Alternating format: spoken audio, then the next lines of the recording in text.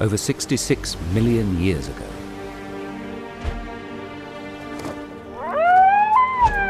Our world was ruled by dinosaurs.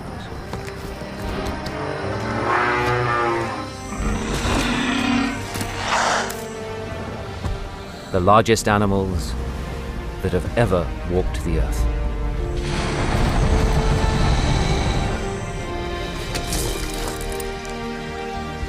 Today, dinosaur experts across the globe are uncovering the bones they left behind,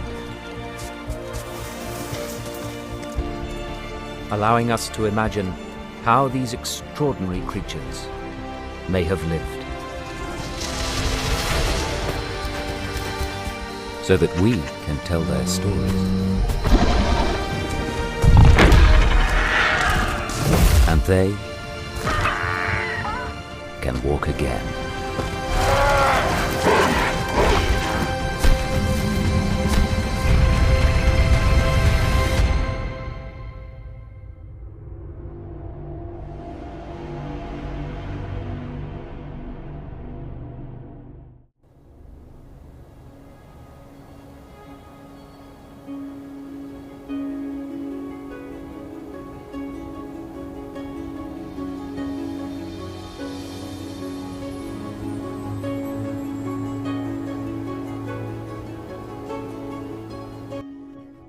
Hello everybody, and welcome to my breakdown of the second episode of Walking with Dinosaurs 2, with the River Dragon. Without any further ado, let's get into it. The episode is set 100 million years ago in the late Cretaceous of Morocco. This is based on the Kem beds. The prehistoric segments were at least partially filmed in Portugal. The environment is very accurate to what the Kem would have been like 100 million years ago, although the vegetation should mostly be conifers, especially araucariales. The creatures that appear in this episode's intro are Cryodraken from episode 4 and 5, Edmontosaurus vergalis, also from episodes 4 and 5, Pachyrhinosaurus from episode 5, Albertosaurus from episode 4, T-Rex from episode 1, Infernodraco from episode 1, the Kem Titanosaur from this episode, Lusotitan from episode 6, Carcharodontosaurus from this episode, Spinosaurus from this episode, Utahraptor from episode 3, the Gorgosaurus from episode 5, or Albertosaurus again, and Triceratops from episode 1. Sobek is an adult male Spinosaurus. Like all protagonist creatures in the series, he is based on a real fossil, and his true biological sex is practically impossible to determine.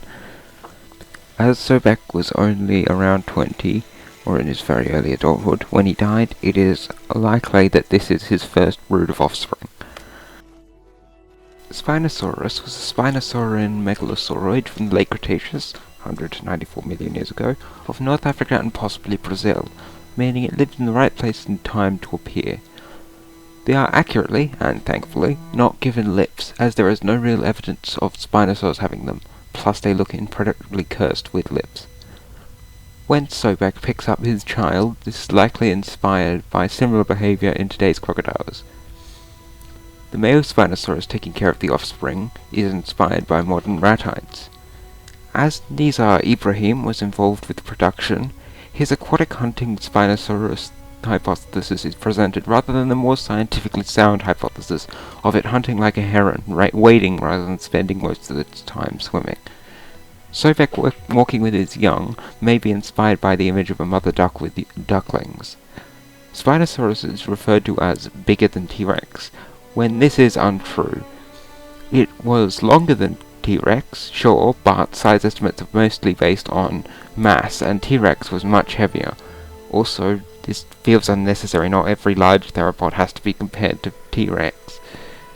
Spinosaurus' sail is shown as a display structure. This is quite accurate to what its believed purpose is. It is claimed that Spinosaurus' flattened toes are evidence of foot webbing, but there is no actual evidence that this correlates to web feet, although the study debunking this idea did come out after production had ended. Two kinds of dragonfly appear. One is identical to the one from the last episode, and can therefore be inferred to be an Ishnidid. The other appears to be live acted and is red. There are no dragonflies known from the Kem beds nor the nearby Baharia Formation, which had quite a lot of frontal overlap. A frog appears. He is portrayed by some species of toad, most likely a Canadian toad. There are 4 species of frog known from the Kem. The closest related to the Canadian toad out of these is Catadhefta, which may have belonged to the same superfamily Hyloidea. This salamander-like amphibian appears. It is not identified in the series. The production crew have claimed it is just supposed to be a wide salamander, however it is very clearly based on Diplocaulus, a Permian reptilomorph which went extinct more than 150 million years before the episode's setting. There is also an indeterminate salamander known from the Kem, tentatively assigned to Capabisha, which could have been a good alternative to appear. An ornithopod appears. There are no named ornithopods known from the Kem. There is an indeterminate ornithopod known from footprints in the Kem. The ornithopod is undersized if it is based on that being around half the length of the 12-meter Carcharodontosaurus, while the footprints come from an iguanodon-sized, approximately 10 meters long, creature, although the one in the episode may have been a juvenile. It uses a modified Planocoxa model from the next episode. An unidentified crocodilian appears. The episode states that 8 crocodilian species are known from the Kem, which is true. It may be Ilissuchus, which was mentioned in one of the dig site segments. Ilissuchus was a phyllidosaurid, the crocodilian family to which Sarcosuchus also belongs, from the late Cretaceous, approximately 106 to 93 million years ago, of Niger, Algeria and Morocco, including the Kem, meaning it lived at the right place and time to appear. Ilissuchus is claimed to have 1 meter long jaws, but this appears to be an underestimate from the research I have done. Ilissuchus is stated to be the size of the largest extant crocodilians, but the largest known individual was 7.7 meters long, at least a meter longer than the longest living crocs. Ilissuchus' skull is the wrong shape for the crocodilian in the series. A slightly better candidate would be Laganosuchus, but none of the 8 crocodilians resemble the creature in the series particularly. A fish appears. It somewhat resembles a catfish. There is a possible catfish, which may also possibly be a gar relative instead, known from the Kem, Afrocascudo. Carcharodontosaurus was a Carcharodontosaurine carcharodontosaurid from the late Cretaceous, 100 to 94 million years ago, of North Africa, meaning it lived in the right place and time to appear. Carcharodontosaurus is referred to as the T-Rex of Africa.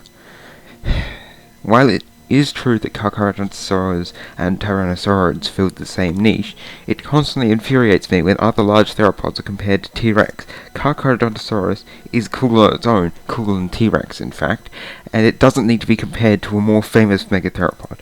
Speaking of, Carcharodontosaurus is called bigger than T-Rex as well, when this is completely untrue. It was neither longer nor heavier than T-Rex.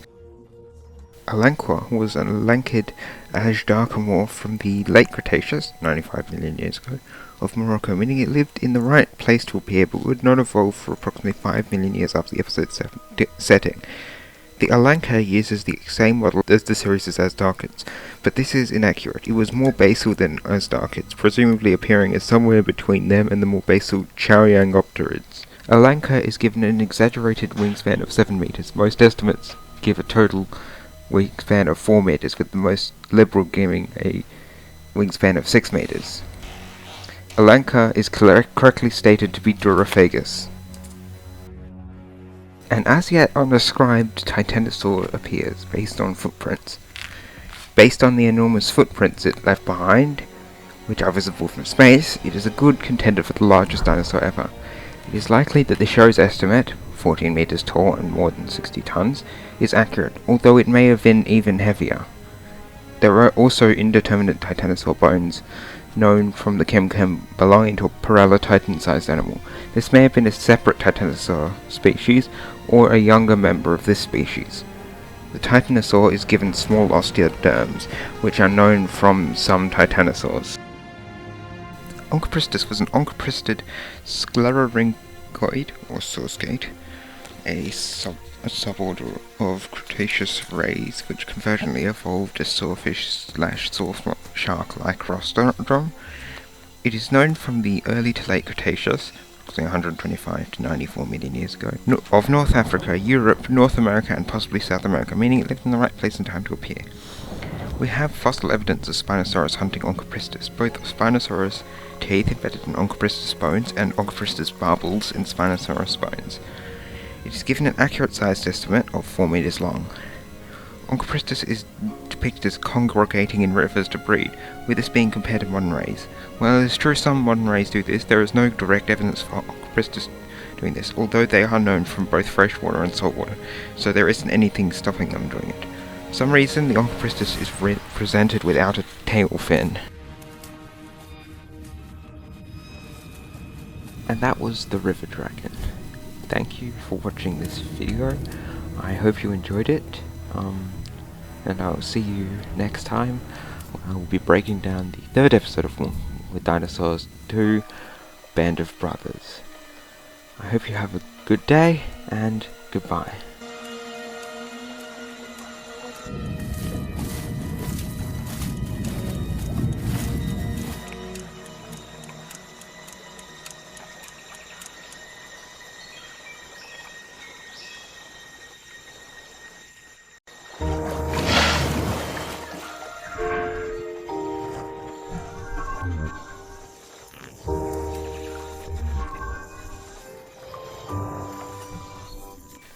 A fish of peace. It's a fish. Possible fish, which may also be a relative.